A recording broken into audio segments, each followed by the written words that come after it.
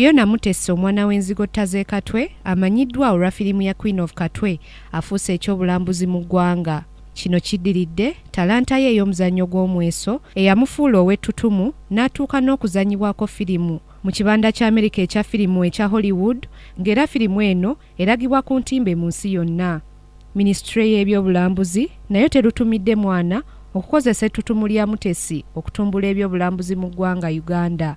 Okusinziira ku minisita omubeezi ow'ebyobulambuzi Godfrey Kiwanda Suubi, Mutesi n'ekitunzi we Robert Katende bakusitula bendera ya Uganda mu ngendo ez'enjawulo mu kaweefube w'okututumula ebyobulambuzi. Mwami Katende bamuyita abantu wangi nnyo okwogera, bamuyita ku mikolo mingi egiri international okwogera n'abaana ba universities eziri mu mawanga gonna, okwogera ne business communities eziri eyo mu mawanga gonna gatambulamu.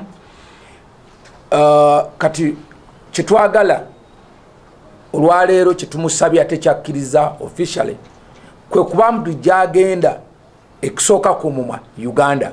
Ate yo omutendesi w'omuzannyo gwa chess Robert Katende guno agutute ng'omukisa okuteeka Uganda ku ntikko, kubanga okuva firimu ya Queen of Katwe we yafulibwa ensonga afunye omukisa okutambulako mawanga ag'ebweru okubunya enjiri ey'okuzaamu amaanyi era nga wanaasobolera okutumbula ebyobulambuzi mu Uganda. Twetika bendera ya Uganda si kintu kitono era tukikwata n'obwegendereza era tugenda kukola kyonna ekisoboka okulaba nti twongera okuyimusa erinnya lyaffe lya Uganda n'okwongera okusikiriza abantu abalala okujja mu Uganda. Abantu bangi badde bajja, buli alaba firimu ya Queen of Katwe buli tugenda kati wenjogerera ku lw'omukaaga enkya tugenda kuba twesettinga kubanga tulina okwogera mu Seattle wiki ejja.